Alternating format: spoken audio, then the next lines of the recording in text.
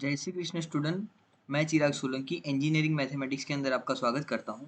आज का हमारा टॉपिक है हायर ऑर्डर डिफरेंशियल इक्वेशन। देखो, हायर ऑर्डर डिफरेंशियल इक्वेशन है, उसकी स्टैंडर्ड फॉर्मूला ये है, क्या है कि देखो ऐसे समझना तो आपको याद रहेगा कि y raise to n plus Y raise to n of x a1 y raise to n minus one of x plus a zero Y raise to N, फिर यहाँ पे जाएंगे, ये वैल्यू कम होगी, धीरे धीरे ये वैल्यू एन पे जाएगी और यहाँ पे वन आता जाएगा और ऑपोजिट साइड है आर ऑफ एक्स लिया है मैंने, इस टाइप की value. Suppose X for example ले रहे हैं Y double x plus two x Y, okay, और वन लिखो या टू लिखो इक्वल टू जीरो लिखो, या फिर यहाँ पे सिक्स एक्स लिखो या फिर साइन एक्स लिखो। ओके, चलो एक two x y equal to sine x. Okay, ये हो सकता है। फिर ये भी हो सकता है कि y x into y double x plus two x y plus, okay, one equal to zero, ये हो सकता है। और ये भी हो सकता है x double dash x square ऐसा कुछ हो सकता है। यहाँ पे वेरिएबल कांस्टेंट हो सकता है, मेरा कहना इतना है। और यहाँ पे कांस्टेंट कोएफिशिएंट इतना हो सकता है। तो इस टाइप के जो इक्वेशन होते हैं उसको हम कहते हैं हायर ऑर्डर। हायर ऑर्डर में क्या है कि जो डेरिवेशन है वो दो से ऊपर वाली टर्म, मतलब दो से ज्यादा, मतलब d square y upon d x square इस टाइप का होगा। हमने फर्स्ट ऑर्डर में क्या देखा था, d y by d x वाला ही फंक्शन आ रहा था, यहाँ पे डी स्क्वायर वाई वाला ही फंक्शन आएगा। अब इसको सॉल्व करते हैं तो उसको सॉल्व करने की पॉसिबिलिटी कितनी है, तो देखो यहाँ पे जो आर ऑफ एक्स है, अगर ये आर ऑफ एक्स जो है वो जीरो हो गया तो इसको कहते हैं होमोजीनियस इक्वेशन। अब ये जो है यहाँ पे A naught A N minus one A N, उसकी वैल्यू है one two three. Suppose A की वैल्यू मैं ले रहा हूँ नेचुरल नंबर के अंदर से, ओके, बिलोंग्स टू जो नेचुरल नंबर के अंदर से, या फिर लिखते हैं थोड़ा अच्छे से, where a equal to 1 2 3 up to n, ये हम लिखते हैं। ओके, तो इस टाइप का n हो गया, a वैल्यू हो गई, इसको कहते हैं हम, देखो क्या है होमोजीनियस, ये वाली इक्वेशन होमोजीनियस। होमोजीनियस के साथ क्या है, विथ कांस्टेंट, यहाँ पे जो वैल्यू होगी वो कांस्टेंट कोएफिशिएंट होगा, तो कांस्टेंट कोएफिशिएंट। फिर उसके बाद क्या है नॉन होमोजीनियस, मतलब ये इसकी वैल्यू जो है आर ऑफ एक्स वो जीरो नहीं होगा। ओके, फिर ए की वैल्यू तो सेम वन टू थ्री। फिर अब क्या होगा होमोजीनियस, फिर वेरिएबल, इसका मतलब यहाँ पे जो A one A two R of X जो है वो तो जीरो लेंगे, but A one A two A three जो ले रहे हैं वो हम लेंगे X square X X Y, मतलब एक्स इस टाइप का लेंगे। ओके, फिर यहाँ पे क्या होगा होमोजीनियस, अगर जीरो ऑपोजिट साइड वाली आर की वैल्यू जो है वो जीरो ना हो, तो इतने चार टॉपिक है हमें सिलेबस में पढ़ने हैं। तो अगर इस साइड का मतलब इस टाइप का कुछ हुआ, वेरिएबल नॉन वेरिएबल वेरिए सॉरी इस टाइप का कुछ फंक्शन हुआ होमोजीनियस विथ कांस्टेंट कोएफिशिएंट, अगर इस टाइप का कुछ है तो उसको सॉल्व करने के लिए हमारे पास कौन सी मेथड है, वो अगर ऐसा है तो उसको सॉल्व करने के लिए हमारे पास कौन सी मेथड, इस टाइप का है तो हमारे पास कौन सी मेथड है। तो ये सॉल्व करने के लिए हमारे पास कुछ मेथड है। तो मेथड के अंदर हम क्या करते हैं, तो ले रहे हैं topic number one. Topic number one है हमारा होमोजीनियस, कौन सा था, homogeneous equation with constant coefficient. Okay, इस ये वाला हम एग्जांपल ले रहे हैं। इसका मतलब क्या होगा कि इसके अंदर हम कौन से डेरिवेशन कौन से डेरिवेशन हम ले सकते हैं, तो पहला होगा two y double dash plus three y plus four equal to zero, इस टाइप का भी हो सकता है। ओके, इस टाइप का इक्वेशन जो होता है वो हो गया हमारा होमो, देखो ये होमोजीनियस, होमोजीनियस ऑपोजिट साइड जो जीरो है वो होमोजीनियस, और यहाँ पे जो वैल्यू आ रही है वो कौन सी हो जाएगी, two y double dash plus three y plus four equal to zero, four equal to zero. तो यहाँ पे जो वैल्यू है ये वाई का जो कोएफिशिएंट है वो कौन सा है, तो ये है कांस्टेंट कोएफिशिएंट। तो इसलिए हम इसको कहते हैं होमोजीनियस विद कांस्टेंट का। अब इसको सॉल्व करने के लिए हम क्या करेंगे, तो इसको सॉल्व करें तो इसकी स्टैंडर्ड फॉर्मूला मैं लिखता हूँ कि सॉल्व इसको करना है तो इसको सॉल्व कैसे करते हैं। तो सॉल्व करने के लिए मेथड है कि suppose y double dash plus a y dash plus b y equal to 0, इस ऐसी कोई हमारी इक्वेशन है। तो इस इक्वेशन को सबसे पहले हमें ऑक्सिलरी इक्वेशन में कन्वर्ट करना पड़ेगा। किसमें? ऑक्सिलरी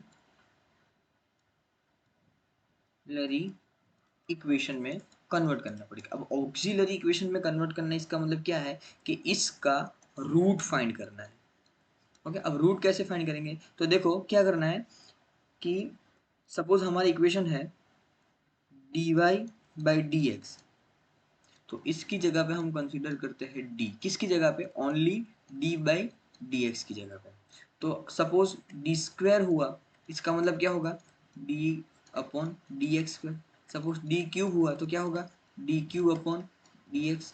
इस टाइप ऐसा कुछ होगा। अब इसको सपोज मैं बनाऊं तो क्या हो जाएगा? तो यहाँ पे होगा d square plus a d plus b, क्योंकि y को हम कंसीडर करते हैं 1। यहाँ पे देखो y जो है उसको हमने कुछ कंसीडर नहीं किया, तो ये हो गया हमारा इक्वेशन। अब इस इक्वेशन के अंदर से मैं ऑक्सिलरी इक्वेशन बनाऊं, तो ऑक्सिलरी इक्वेशन में जो d है उसको हमें m करना पड़ेगा, तो वो हो जाएगा हमारा ऑक्सिलरी इक्वेशन। ओके, तो यहाँ पे इसकी ऑक्सिलरी इक्वेशन क्या बनेगी? तो इसकी ऑक्सिलरी इक्वेशन बनेगी m square plus a m plus b equal to 0। अगर इसके रूट फाइंड किए, देखो मोस्ट आईएमपी टॉपिक, ये कर लेना याद, हर एक क्वेश्चन के अंदर ये आएगा, हर एक क्वेश्चन के अंदर, कि सपोज हमने इक्वेशन आया हमारा कौन सा? एम स्क्वायर प्लस, यहाँ पे इक्वेशन आया हमारा m square plus a m plus b equal to 0। Homogeneous है इसलिए 0 ही रहेगा। अगर इस टाइप का हमारा इक्वेशन आया तो हम इसके रूट फाइंड करेंगे। देखो रूट फाइंड करने के लिए हमारे पास बहुत सारे मेथड है। तो मेथड कितनी है? तो मेथड एक ये है कि वो है ना बी स्क्वायर माइनस 4ac वाली एक फॉर्मूला, वो भी है। और आपको ये ना करना हो तो इसको सिंथेटिक डिवीजन से सॉल्व करो। देखो ये सब आपने पढ़ा ही है। ओके, तो इसको मैं एक शॉर्टकट मेथड से देखते हैं।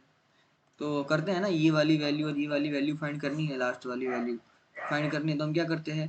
तो यहाँ पे एम स्क्वायर बी, फिर इसके ऐसे रूट फाइंड करो, ए और बी ऐसे कोई दो रूट फाइंड करो, फिर इसके अकॉर्डिंग हम सॉल्व करते हैं। अब इसके अकॉर्डिंग जब हम सॉल्व करते हैं तो उसको सॉल्व करने के लिए हमारे जो रूट है, हो सके m1 इक्वल टू ए और m1 m2 इक्वल टू भी ए आए। मतलब क्या है कि दोनों जो रूट्स है वो इक्वल आए, इक्वल रूट है। ओके, तो अगर इक्वल रूट है तो उसके लिए क्या होगा? इक्वल रूट है तो उसके लिए हमारा सॉल्यूशन क्या रहेगा? पॉसिबिलिटी है ना कि रूट इक्वल आ सकता है। दूसरी पॉसिबिलिटी है कि रूट जो है वो इक्वल नहीं होंगे, मतलब डिस्टिंक्ट। ओके, तो उसका सॉल्यूशन क्या होगा? अगर रूट जो है वो कॉम्प्लेक्स आए तो उसका सॉल्यूशन क्या होगा? तो ये तीन टॉपिक हमें ये चैप्टर के अंदर देखना है। तो अब हम एग्जांपल ट्राई करते हैं कि अगर रूट जो है हमारे, केस नंबर 1, केस लिखो, केस नंबर 1 की रूट जो है वो अगर रियल और इक्वल आए, रूट रियल और इक्वल, सपोज रूट आए m की वैल्यू आई 1 और m2 की वैल्यू आई 1, तो मतलब ये क्या हो गया? रियल और इक्वल। अगर इस टाइप के कुछ रूल है, इस टाइप का कुछ है, तो इसको कैसे सॉल्व करेंगे? तो इसके लिए हमारा जनरल सॉल्यूशन बनेगा, जिसको हम जीएस शॉर्ट में लिखते हैं। जनरल सॉल्यूशन बनेगा y of x equal to c1 e raise to m1x plus c2 e raise to, फिर यहाँ पे x मल्टीप्लाई होगा, फिर यहाँ पे लिखेंगे e m2x। अब ये हमने क्या किया?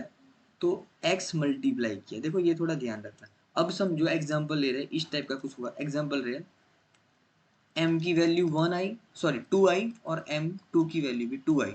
अब इसका जनरल सॉल्यूशन हम कैसे लिखेंगे? तो m of x equal to c1, जो नहीं हमें पता, e रेज टू m1 की वैल्यू क्या है? 2x plus c2x e raise to 2x। अगर 2 2 2 होता तो यहाँ पे क्या करते? x और मल्टीप्लाई करते, तो x square e raise to 2x होता। ओके, फिर नेक्स्ट के अंदर क्या है कि रूट जो है वो रियल है और इक्वल नहीं है, तो उसके लिए जनरल सॉल्यूशन क्या होगा, इसके लिए जनरल सॉल्यूशन होगा C1 e raise to m1x plus C2 e raise to m2x। देखो यहाँ पे कोई चेंजेस नहीं, वही का वही एज इट इज। ओके, जैसे कि यहाँ पे रूट आए m1 इक्वल टू आया 2 और m2 आया इक्वल टू 3, तो यहाँ पे क्या लिखेंगे f ऑफ x और y of x equal to C1 e raise to 3x या फिर 2x, आप चेंज कर सकते हो, 2 पहले लिखो या 3 पहले लिखो, both are same, plus C2 e raise to, यहाँ पे क्या होगा 2 और यहाँ पे है 3 तो 3x। अब आप ये भी लिख सकते हो C1 e raise to 3x plus C2 e raise to 2x, दोनों कोई प्रॉब्लम नहीं है, दोनों सेम है। अगर रूट हमारे जो है वो इक्वल नहीं आए, थर्ड नंबर का टॉपिक, अगर जो रूट है वो इक्वल नहीं है, इसका मतलब क्या है, कॉम्प्लेक्स। कॉम्प्लेक्स है इसका मतलब क्या है, a प्लस आई बी। तो अगर कॉम्प्लेक्स आए a plus b i b plus है, इसका मतलब क्या है, सपोज m1 जो है हमारा a प्लस आई बी आया और m2 है हमारा a माइनस आई बी आया, अगर इस टाइप का है तो इसके लिए हमारा जनरल सॉल्यूशन रहेगा कि e of a C1 cos ये b x plus C2 sine b x. Okay, इस टाइप का कुछ हमारा इक्वेशन रहेगा। देखो माइनस आए तो भी ये और प्लस आए तो भी ये, दोनों के अंदर ये वाला एग्जाम्पल। अब इसके कुछ एग्जाम्पल ले रहे हैं, तो एग्जाम्पल नंबर वन देखो, ये बहुत इजी है, थोड़ा लेंथी जाएगा, थोड़ा इजी है। तो क्या होगा, so Y double dash minus Y dash minus 6y equal to 0। अब इसके हम रूट फाइंड करेंगे, तो देखो ये सबसे पहले तो क्या है, पहला ही एग्जांपल है तो मैं थोड़ा इजी वे में और थोड़ा लॉन्ग में करवा रहा हूँ, फिर डायरेक्ट हम सॉल्व कर देंगे। देखो क्या है, तो इसको ऐसे लिख सकता हूँ d square y upon d x square minus d y by d x minus 6y equal to 0, ऐसे लिख सकते हैं। अब इसको सॉल्व करने के लिए हम क्या करेंगे, तो इसको d square y minus d y minus y equal to 0 ऐसे लिख सकते हैं। तो इसका क्या हो गया, m square y minus m y minus y equal to 0। अब इसको मैं y कॉमन निकालूं और ऑपोजिट साइड ले जाऊं तो 0 हो जाएगा, तो m square minus m minus 1 equal to 0। अब इसके हमें रूट फाइंड करना है। देखो क्या फाइंड करना है, रूट्स। तो क्या होगा, m square minus m minus 1 equal to 0, इसके हमें रूट फाइंड करना है। तो इसके रूट कैसे फाइंड करते हैं, तो इसके रूट कुछ, सॉरी यहाँ पे 6 है तो मैंने 1 कैसे लिखा, 6y 6y और यहाँ पे 6, सॉरी हाँ माई मिस्टेक, 6 होगा। Okay 6y। ओके, और 6 है तो इसके रूट कैसे फाइंड करेंगे, तो इसके रूट होंगे, देखो ऐसे फाइंड करते हैं, एम स्क्वायर माइनस 6 है तो माइनस 6। अब क्या करें कि मिडल टर्म आनी चाहिए, तो 3 और 2 हो जाएगा, बट कौन सा 3, -3 एंड +2, क्यों, क्योंकि माइनस वैल्यू लेनी है, तो अब माइनस हो जाएगा। तो यहाँ पे लिखे m square minus 3m plus 2m minus 6 equal to 0। अब हमारा इक्वेशन क्या होगा, तो ये सबको आता है, m इक्वल टू 3 और m इक्वल टू -2, तो ये हो गया m1 और ये हो गया हमारा m2। m1 और m2 की कुछ वैल्यू मिली, वैल्यू हो गई हमारी y की, सॉरी वैल्यू हो गई हमारी, देखो क्या है, रूट क्या है, जो रूट्स है वो क्या है, रियल और इक्वल नहीं है, तो इसके लिए हमारा जनरल सॉल्यूशन क्या था, so y of x equal to C1 e raise to m1x plus C2 e raise to m2 x, ये था। तो इसकी जगह पे हमारा जनरल सॉल्यूशन लिखेंगे C1 e raise to m1 की जगह है m1 की वैल्यू है 3x और C2 e raise to 2x। तो ये हमारा एग्जाम्पल था। ओके, यहाँ पे एक एग्जांपल की है, आज के लिए थोड़ा इतना रखो क्योंकि ज़्यादा हो जाएगा तो बहुत कुछ प्रॉब्लम रहेगी। ओके, तो देखते हैं, पहले से फिर से मैं स्टार्ट करता हूँ। इक्वेशन है, इक्वेशन का टॉपिक नंबर 1, हायर ऑर्डर की कुछ कांस्टेंट कोएफिशिएंट है, होमोजीनियस है, कांस्टेंट कोफिशिएंट है, नॉन होमोजीनियस है, वेरिएबल कोफिशिएंट है, होमोजीनियस है, वेरिएबल कोफिशिएंट है, नॉन होमोजीनियस है। तो उसका स्टैंडर्ड फार्मूला ये है, और इसके बाद हम सॉल्व करते हैं तो कांस्टेंट कोफिशिएंट की कुछ फार्मूला इस टाइप की होती है। इसको सॉल्व करने के लिए हमारी कुछ मेथड थी। अब मेथड के अंदर केस नंबर क्या है, तो ये मोस्ट टाइम की है। केस क्या है, मेथड के नंबर, ये जो केस है वो याद रखो कि रूट जो है, ये याद रखो, थोड़ा याद रखो, ये थोड़ा प्रॉब्लम रहेगा आपको।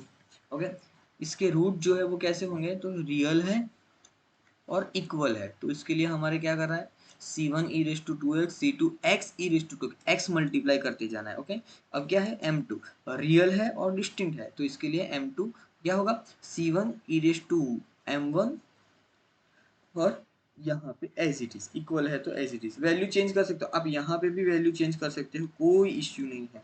फिर यहाँ पे कॉम्प्लेक्स है तो क्या हो, a प्लस आई बी, और यहाँ पे कॉस और साइन।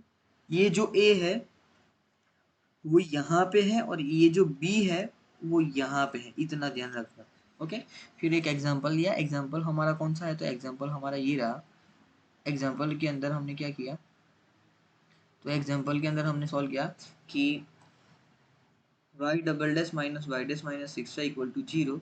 ये इक्वेशन को जनरल फॉर्म में लिखा, फिर इसके अंदर से हमने ऑक्सिलरी इक्वेशन बनाई, इसको कहते हैं auxiliary equation. Okay, auxiliary equation बनाई, ऑक्सिलरी इक्वेशन हमारी है। अब इसके अकॉर्डिंग हमें रूट फाइंड करना है, तो रूट उसके ये है, रूट के अंदर 3 और -2 रूट है, रूट की जो वैल्यू होती है वो इक्वेशन के अंदर पुट की, तो इसका जनरल सॉल्यूशन ये होगा। अब किसी को कुछ भी डाउट है तो मुझे कमेंट बॉक्स के अंदर कमेंट कर सकता है। Okay, thank you student, sorry धन्यवाद स्टूडेंट, जय श्री कृष्ण, जय श्री राम।